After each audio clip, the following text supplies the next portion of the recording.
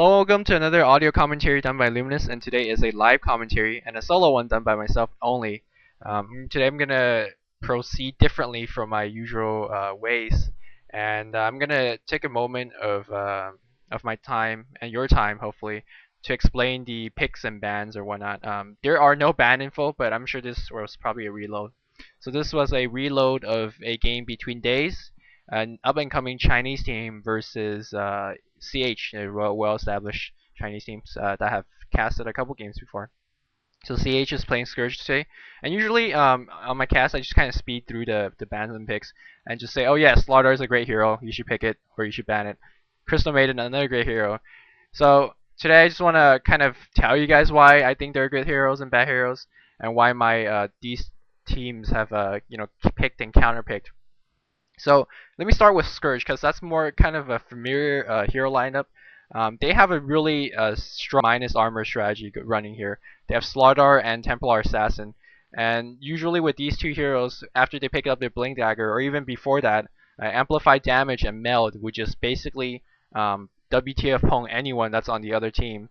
And really, Linnea, even though you can see her as a very frail agility hero, with the fact that she has refraction, she could just go in, soak up a lot of damage, meld, and like deal a whole bunch back. And I mean, if you initiating with Linnea, there's really no way they could run because with her ultimate, it slows for 50% and a big AOE, and she could cast it. I think it was her cast range is 2,000. Yeah, I believe. Yeah, no, I'm right. It's 2,000. 2,000 cast range on her ultimate. So really, if she's one or two screens away, she will catch up to you. Slaughter with sprint will catch up. He will crush you with his nuke, and then he will amplify damage.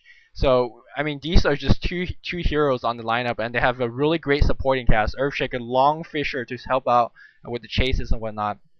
Of course, Crystal Mason providing the constant aura, and I'm not sure how the Sentinel ever got Slar, Crystal Maiden, and Earthshaker, because these three heroes are a bit of top picks. This version, by the way, is 6.6b, so it's a bit different from 6.67, but competitively, most teams are still playing on the very stable version. And finally, they have a Necro. I'm guessing with the amount of farm on the Scourge team, I'm pretty sure most of the farm is going to go to Slardar and then the Templar Assassin, at least until they pick up their Blink Daggers. So I'm looking for the Necrolite to scale back on the farm, not farm as much. Probably just pick up an earlier mecha to help out the team in terms of engagement and whatnot.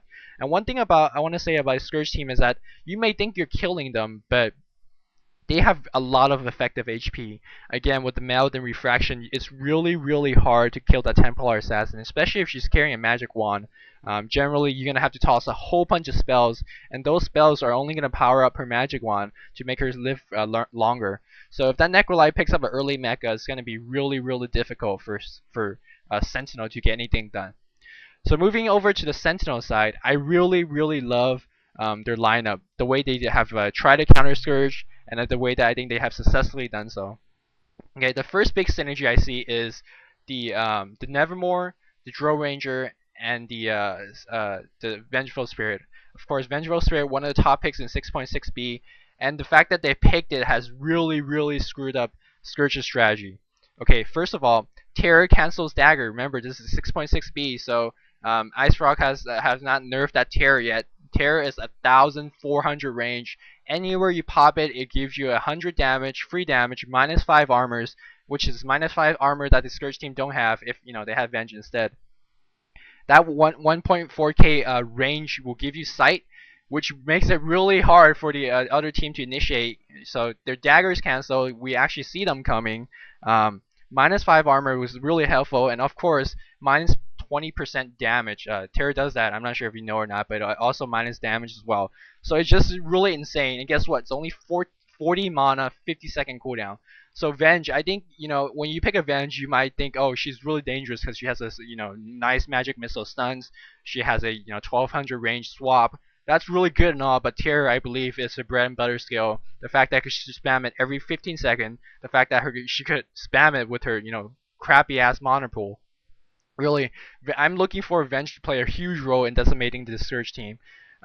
Secondly, command aura. If you look at the aura on this Sentinel team, Command aura is 36% damage max. Not sure if whether she will ever get to that level to pick up the command aura, but a little bit helps. Drow Ranger True Shot aura 28%. So combined with these auras, you can see that Drow Ranger Nevermore picking up huge insane amount of damage. And Drow Ranger and Nevermore usually have a lot of damage already, and the fact that you're giving such a big boost might be a bit hard. Refraction will take a bit off of that. Of course, Earthshaker Chainstun will actually take a bit off of that as well. But I mean, once these guys picks up BKBs or whatnot, it's gonna be really, really hard for Scourge to deal with that. And I just really love Sentinel's lineup. Drow Ranger, one of the most underappreciated carry hero and DPS heroes out there. I'm looking forward for who's playing Drow Ranger. Drow Ranger is playing by Days R. To land some epic silences. Silences is 900 cast range. That's a really long cast range. Keep in mind that Drow Ranger has a 625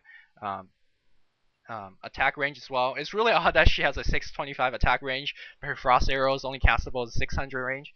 I'm not sure why Icefrog programmed that. I don't know. It's kind of weird. Should make that 625 as well. And they're finishing out with a Nerubian assassin and as well as a Darkseer. I think the Darkseer was pretty much a counter Templar Assassin pick because his Ion Shell really F's up the refraction, of course. Refraction basically blocks hits, no matter how hard or how easily. So if Templar Assassin turns on the refraction and you Laguna Blade her, that's just one hit that refraction blocks. A level 4 refraction blocks 4 hits. However, Ion Shell is a damage over time spell. Basically, it would just eat up through her refractions really quickly. And the fact that Surge from the Darkseer will really just cock tease at Naya. You could pop your ultimate and trap whatever. I was just Surge whoever you're focusing. So the Sentinel or the Scourge, excuse me, really need a lot of chain stun to either pick out Darkseer from the beginning of the fight, which is extremely difficult because they have Surge, or they're gonna have to do something magical because I think Darkseer is one of the better picks in this version, nerfed or not, and especially against this lineup, it's really F's them up. So of course they have a Nerubian Assassin, always a gank aware, kind of a crazy gank double nuke, and he can initiate and pick off a Crystal Maiden or whatnot before the fight even starts. So right from the beginning, I'm loving the Scourge, the Sentinel's lineup, and I'm not sure how Scourge would cope. Of course, CH the better experienced team, the more of a favorite team, better experience I believe. But these damn Chinese players, you don't know how good they are.